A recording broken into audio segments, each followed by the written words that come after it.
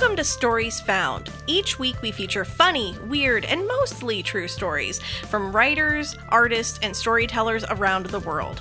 I'm your host, Ava Love Hanna, a writer and humorist from Austin, Texas.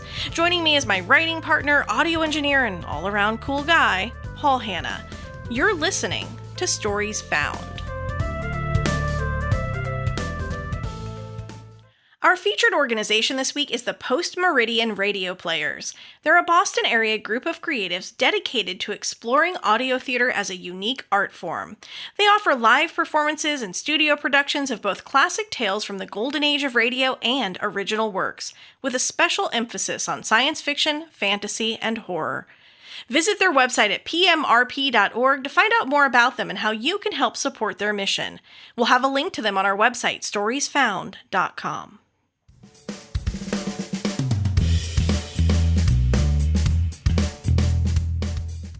Thanks for joining us for a very special Christmas edition of Stories Found. This week we're talking to one of our newly discovered favorite playwrights, Brian Rust. Brian is a Boston-based actor and writer who makes chocolates and searches for cryptids in his spare time. High points of his career include being killed by a pillow during the Robin Hood Faire, appearing on stage with Tigre as a member of the Art School Cheerleaders, and using a plunger and 10 pounds of jello to create an unforgettable foley effect for a live radio version of Chicken Heart. Most recently, he wrote and directed Plan 8 from the Outer Ether, a steampunk prequel to the infamous Ed Wood film, and directed and produced Strange Tales of Davis Square, an interactive audio tour that took participants on a hunt around a local neighborhood to discover MP3s of stories set in the exact spot they were standing. Brian is charming, funny, and loves cryptids almost as much as we do, so I'm super excited to introduce you to him today.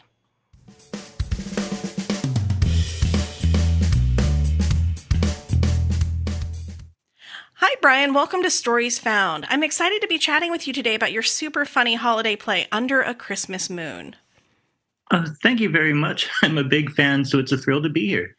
Yay! Well, your script was sent to us as part of our special holiday call for submissions, and let me tell you, we received so many Christmas shows. At last count, it was around 100 or so. So it was really hard to choose just one, but we adore this script. And we're clearly fans of dark humor around here. Your script is dark and silly, and it's really funny, but it's ultimately quite sweet, too. So thanks for sending it over to us. Oh, my pleasure. I'm so happy that you liked it. Well, without giving too much away, tell everyone a little bit about the play and what they're going to hear today. All right. A lot of my work involves mashups, like mashups between two different movies or a movie and an opera. So I wanted to do something like that. And I'd just gotten back from Scotland and I was watching An American Werewolf in London and it was Christmas time. So things happened. Perfect. I'd say for me, writing holiday scripts is really hard. You're walking into something where there are some very specific things that people associate with certain holidays. And therefore you're dealing with a million overused tropes and you're trying to create something that is both new and unique, but also pulls in some of that familiar. And I think you did a great job with that script. So I was going to say, well, where did this idea come from? And you're saying it was the movie or where else? What else did you pull from for a Christmas script? Well, it's interesting. A friend of mine in England put out a call looking for a 2-person script set somewhere in the holidays. And it was for an event where the people in the audience would get up and read the scripts. They'd unwrap the scripts, so they'd have no idea what would be going on until they started reading. Oh, I love that. What a great concept. And that inspired me so much. The thought that every page I could put in a new surprise that would just flabbergast them for a second really helped. Well, that is fantastic. I think you did a great job if that was your motivation. Oh, it's so good. So I mentioned we received a ton of Christmas submissions, which, I expected. Christmas is a big holiday. But what I didn't expect was the number of plays in which there were some sort of really horrible acts of violence against Santa. It seems like there's a lot of pent-up rage against Santa Claus in the writing community, which is just both disturbing and funny. But your take, Santa is this almost like a cryptid-like creature. it gives us some of that darkness without going too far. And so were you inspired by Krampus or some of the earlier, darker versions of Santa? I was. Krampus was definitely a big influence. Mm-hmm. And also some of the European parades where Santa's going around with a bunch of elves who all have little switches and they're attacking children in the audience. Yeah. I immediately envisioned those things when I was reading. I was like, yeah, this is the darker Santa. So I've said it already, but the script is really funny. Do you primarily write comedies? I find it hard to not put comedy in. It's more a struggle to dial myself back. Right. Oh, good. I'm glad to hear that. I mean, it does make it when I go for a mystery or when I go for something scary, there's still the comedy there just because that's my default setting from so many years working with sketch comedy groups. Oh, wow. Yeah. See, as somebody who writes comedy, I love hearing that because if I have to write something dramatic, it really is hard. Comedy is going to show up in it because that's a coping mechanism. So I love hearing that. So you did write sketch comedy for years. I did, yeah. I should give my shout. Improv Boston had a very huge sketch program. It still has a small one, but COVID caused a lot of damage to the theater community. Well, it looks like you do some historical writing for an audio project there. So tell us a little bit about that. Oh, I should say that it's historical only in the sense for most of the stories that there are things that theoretically could have happened. The idea for the audio tours that I write is that you go to a site and you hear a story that makes you look at the place where you're standing in a completely different light. And sometimes that's talking about the site the way it looked like 50,000 and then 100,000 years ago when it was on the equator and there were dragonflies that were 4 feet long flying around. Oh, that is fascinating. So yeah, so people taking tours and being able to see, through audio, how the area they are now has changed. Oh, exactly. I love it. Wonderful. Well, I will say, as a playwright myself, I know writing for the stage versus audio is a totally different process. And often the two types of scripts aren't compatible. This one, however, I think it works great for both venues. You did an excellent job of creating visuals for us with just words. And I think that really speaks to your experience with audio drama. So do you have a preference now? Do you prefer to write for the stage or for audio performance? Oh, that's a good question. They both, I think in terms of what I can get away with, I love audio dramas and the way you can have an opera singing monkey flying an airplane. Right. It's really hard to pull off otherwise. Exactly. I've been finding that lately. I'm like, oh, we wouldn't have I start thinking in terms of budget or space or, reality. But in audio dramas, so much is possible. So, oh, wonderful. I love hearing that. Okay, final question, and it's perhaps the most important one.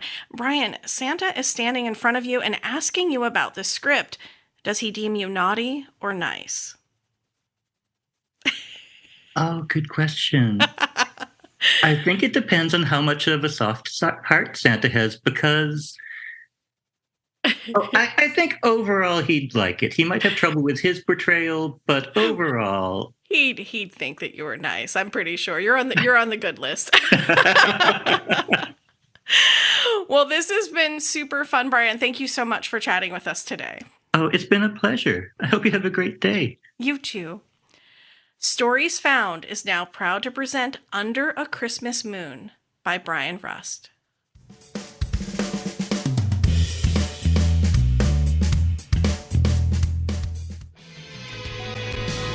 Merry Christmas, jingle bells. For the holiday season is upon us. Born well.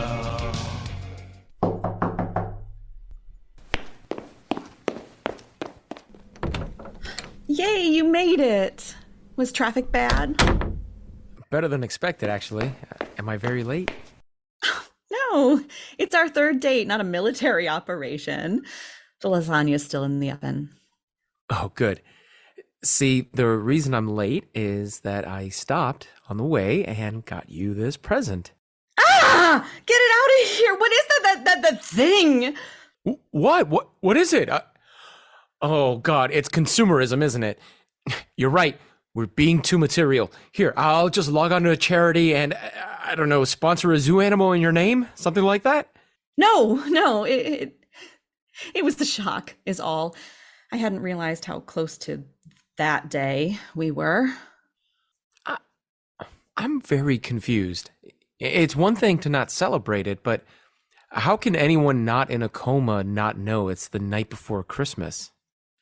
I work from home. I keep the shades down. When carolers come by, I play the Smiths really loudly until they go away. Sounds crazy, I know, but it all works. You're right. It all sounds totally rational. What do you do when the ghost of Christmas past appears at the foot of your bed? Stop it. It's nothing like that. It's... Scout, I have a terrible secret, and if we're going to keep dating, it's something you need to know. A few months ago, I was on a moonlit hike on the Scottish moors. You know, like you do. I crested a small hill, and there, before me, I saw the strangest thing.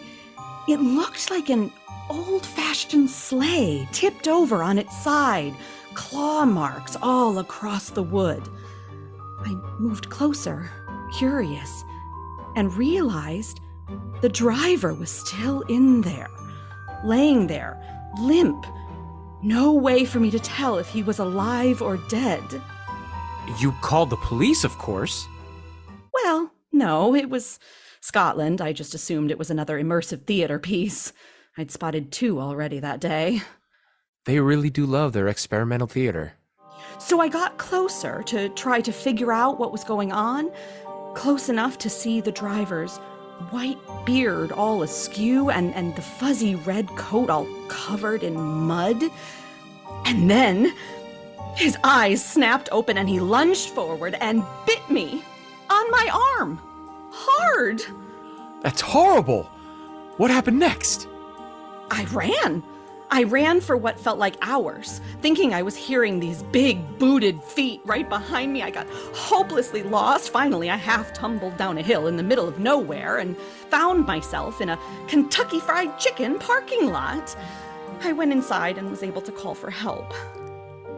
Well, thank God it wasn't worse. Did they ever find him? Not that I've ever heard, but I don't think they looked very hard. When I told them my story, they were sympathetic at first, but then they wanted to see the bite wound, and when I went to show them, it looked like this. Your arm? It's a tattoo of a Christmas wreath? Right? No blood, no bruise, just that. They brought me some tea and stayed with me while I called an Uber, but I could tell they thought I was crazy. Heck, you think I'm crazy. No. What? Me? No. Well, I don't blame you. I might be.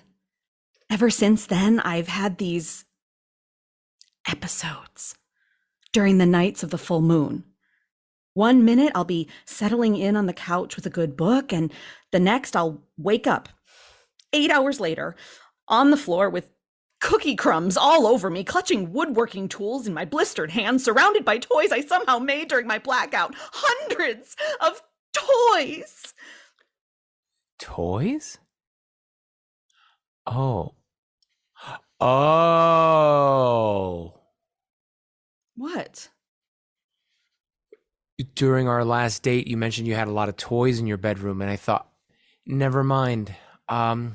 That's not important right now. What can I do to help? I think it'll be all right. We'll just have a quiet dinner, not mention what day it is, and then as long as it's not a full moon tonight. Which it is. I'll be fine. Wait, what? Tonight, the full moon, big, round, hits your eye like a big pizza pie tonight. No. No. This can't happen. You can't. Ah! Ah! Okay, now you're really freaking me out. Get away! You can't be here. You have to. Oh! My God! Kel, your hair's turning white. Why is your hair turning white? I can feel it all over my skin like pine needles. Oh no! No!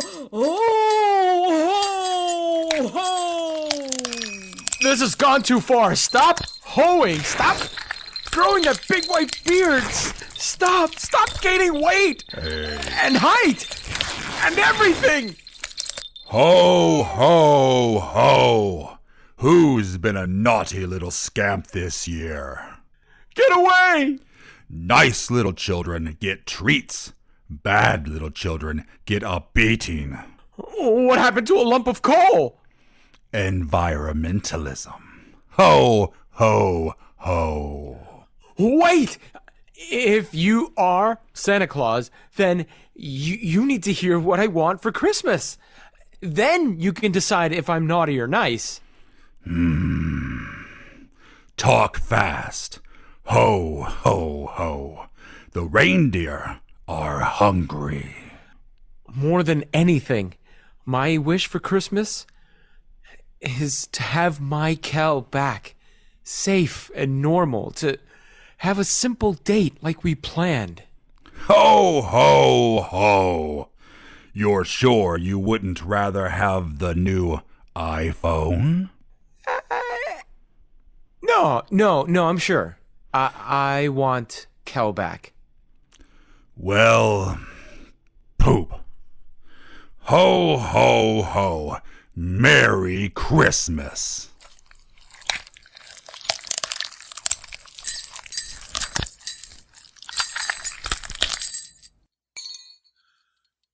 Kel?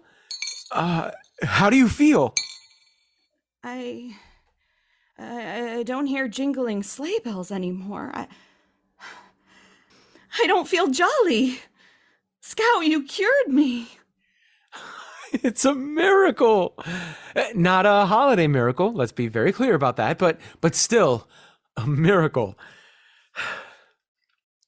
And the best thing is, this means you'll totally understand when you see what happens to me on Easter. Excuse me?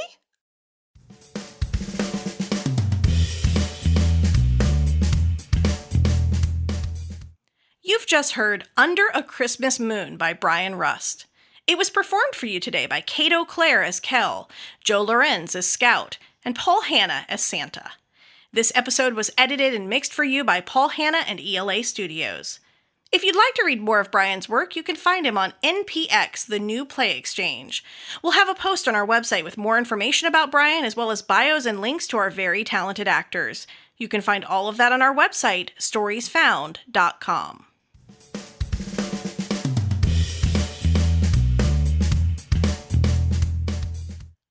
Our sponsor this week is us. We've hijacked this spot because we're excited to tell you about our new newsletter. Subscribe to be the first to know about new episodes, calls for submissions, auditions, shows, and more. Join us at storiesfound.substack.com. We'll have the sign-up link right on the homepage of our website, storiesfound.com.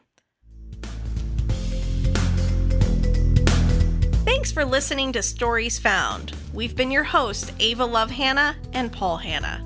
Get more info about this week's episode, subscribe to our newsletter, or submit your own story and be a featured storyteller in a future episode. You can do all that and more on our website, storiesfound.com. Stories Found was recorded at ELA Studios deep in the heart of Austin, Texas.